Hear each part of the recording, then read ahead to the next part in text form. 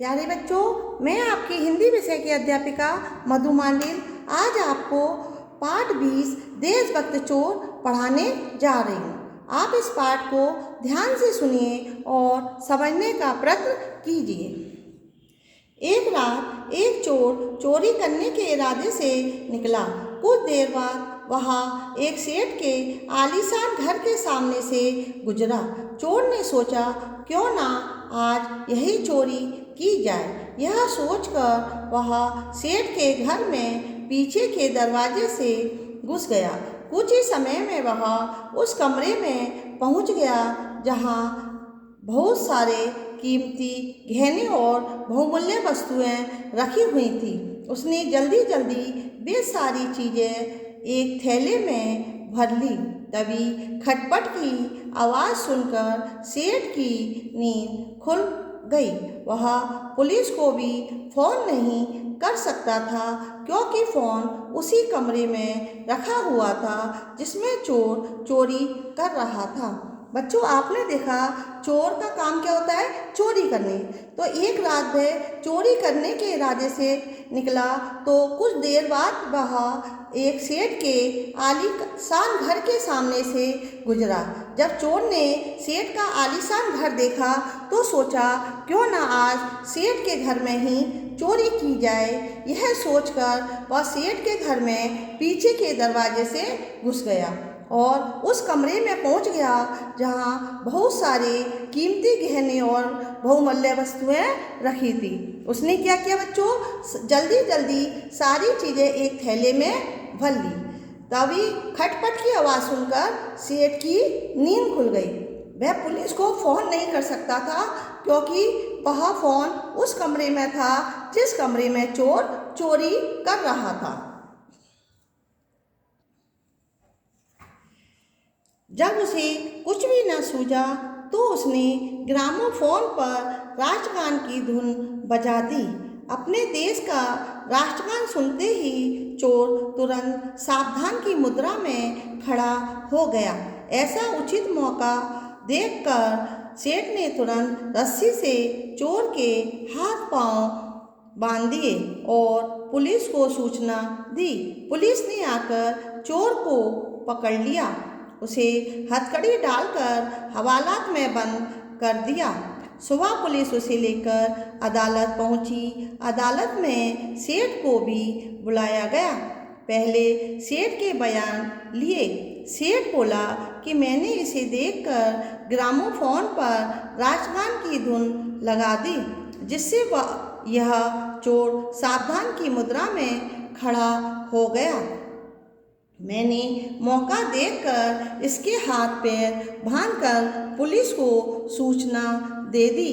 चोर बोला, my Lord, मैं राष्ट्रगान को सम्मान देने के लिए सावधान मुद्रा में खड़ा हो गया, इसलिए पकड़ा गया।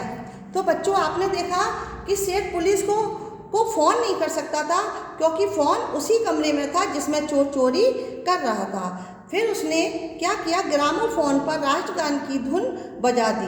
धुन को सुनते ही चोर सावधान की मुद्रा में खड़ा हो गया और सेठ ने मौका देखकर तुरंत रस्सी से चोर के हाथ पांव बांध दिए और पुलिस को सूचना दे दी। तो पुलिस आई और चोर को पकड़कर ले गई। उसे हथकड़ी डालकर हवालात में बंद कर दिया। पुलिस उसे लेकर जब अदालत पहुंची तो अदालत में सेठ को भी बुलाया गया। पहले सेठ के बयान लिए गए। सेठ बोला, मैंने इसे देखकर ग्रामोफोन पर राष्ट्रगान की धुन लगा दी थी जिससे चोर सावधान की मुद्रा में खड़ा हो गया। मैंने मौका देखकर इसके हाथ पांव बांध दिए और पुलिस को सूचना दे दी। तब बच्चों चोर बोला, माय लॉर्ड, मैं राष्ट्रगान को सम्मान देने के लिए सावधान की मुद्रा में खड़ा हो गया, इसलिए पकड़ा गया।